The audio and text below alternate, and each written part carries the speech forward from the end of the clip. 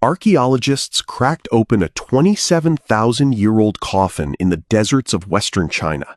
Inside was a man, blue-eyed, about 45 years old. The man was buried with a harp and a set of horse bridles, and almost 2 pounds of marijuana that had somehow stayed green for 27 centuries in the ground.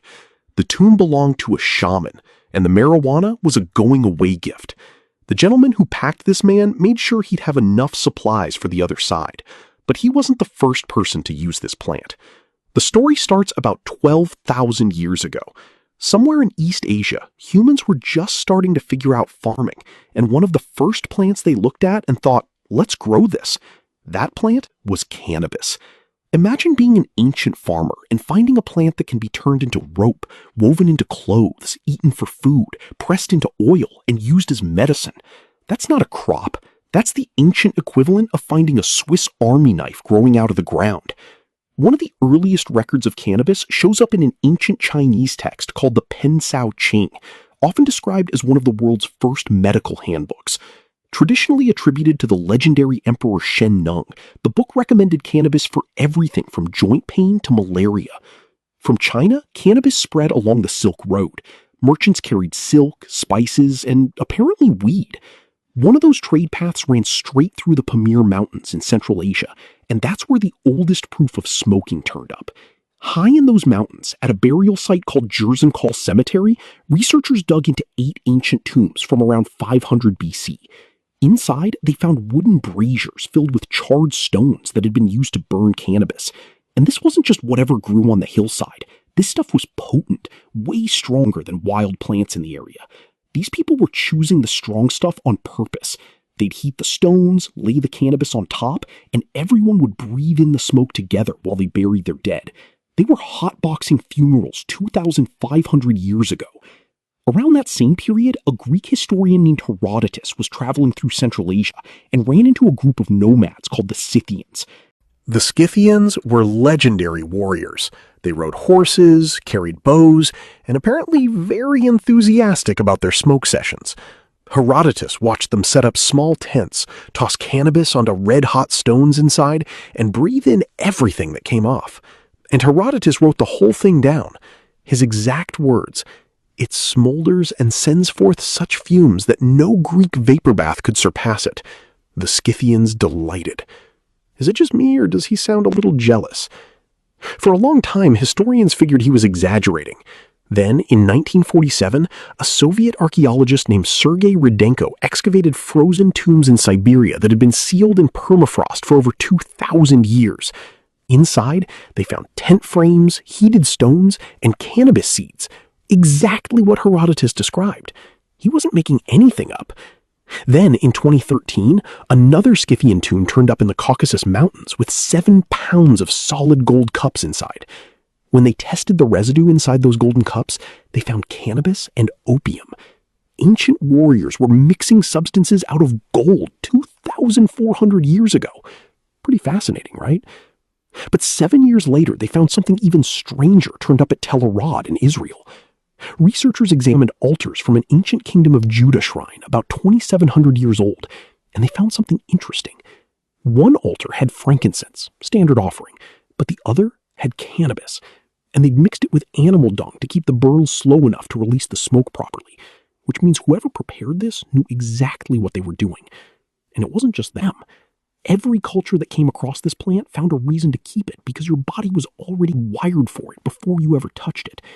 You naturally produce a molecule called anandamide, named after the Sanskrit word for bliss. Cannabis just happens to produce a chemical that fits into the exact same slot, like a spare key to a lock your body already had. Which explains why halfway across the world in India, they weren't just using it, they were worshipping it. India has been using cannabis longer than almost anyone. Their oldest sacred text, the Atharva Veda, lists cannabis as one of 5 sacred plants. Lord Shiva, one of the biggest gods in Hinduism, is called the Lord of Bhang, a drink made from cannabis leaves and milk. The story says after he swallowed a poison that could have ended the world, it was Bhang that brought him back to calm. People still make the same drink during Holi and Shivatri almost 3,000 years later. But India wasn't the end of the story. This plant kept moving. In China, around 200 AD, a physician named Hua Tu mixed cannabis with wine, gave it to his patients, and performed surgery while they felt nothing, 1,800 years before modern anesthesia. But being ahead of your time has always been dangerous. Hua Tu was eventually summoned by Cao Cao, one of the most powerful warlords in Chinese history. Cao Cao suffered from severe headaches, and Hua Tu was the only man who could treat him. But Hua Tu wanted to go home. He wanted to practice medicine and treat ordinary people, not spend his life as a personal doctor to a warlord. Cao Cao took that as an insult. He had him arrested, thrown into a prison, executed. In his final days, Hua Tu tried to pass his writings to a prison guard, but the guard was too afraid and refused to take them. So Hua Tu burned everything himself. The formula died with him. Nobody has cracked it since.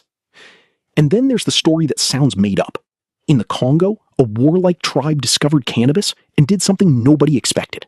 They stopped fighting, stopped killing, reorganized everything around the plant, renamed themselves the Benariamba, the Sons of Hemp, and turned their territory into a place called Lubuku, which means friendship. Their greeting became Moyo. Moyo meant two things at once, hemp and life. One word for both, because to them, there was no difference. By the time Europeans started colonizing the Americas, cannabis had already been a backbone crop in Europe for centuries. Ships were running on it. It was used to make rope, rigging, and sails. The entire age of exploration was partially held together by hemp fiber, which is the fibrous stalk of the cannabis plant. So when settlers arrived in the New World, bringing hemp cultivation with them wasn't a cultural statement. It was just practical, like bringing wheat. It spread through the colonies fast, but there was a problem. Tobacco was more profitable, and farmers kept choosing it over hemp. The government kept asking them to plant it, but nobody wanted to grow something that paid less. The Virginia Assembly eventually stopped asking nicely and passed a law making it mandatory.